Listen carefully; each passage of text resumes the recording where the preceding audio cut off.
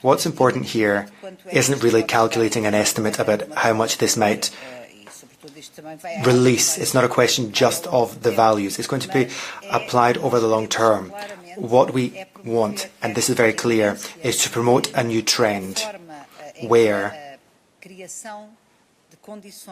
we create the necessary conditions so that pensions in the future are there and are adequate for future generations. These changes aren't for people of, for example, my age, because I'm too close to pension age already.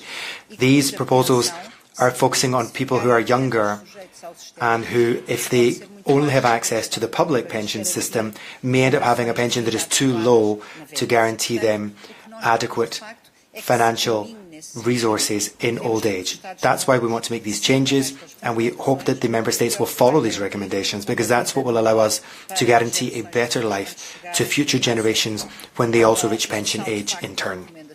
You said, and you're right, these are recommendations, because the underlying competence is a Member State's competence.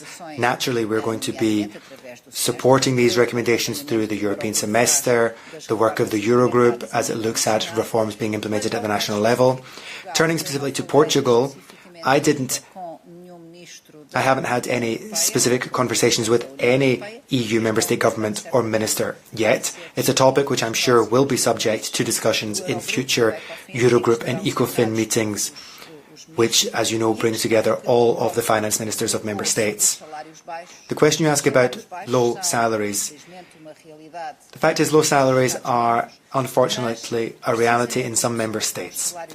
But it's exactly the people with the lowest salaries who, in the future, will be exposed to the greatest risk of pension poverty if we don't take steps to resolve the problem. And that's why it's all the more important not to lose sight of that part of the population, or indeed the member states where that sector of the population is largest. On the question you asked about whether companies will take this up or not, there are examples out there of mechanisms, of policies which have been adopted in a number of member states. I'm thinking, for example, of Ireland, where they plan to implement a new system from January of 2026, mechanisms and policies which have been created to encourage small companies to join up to this kind of scheme.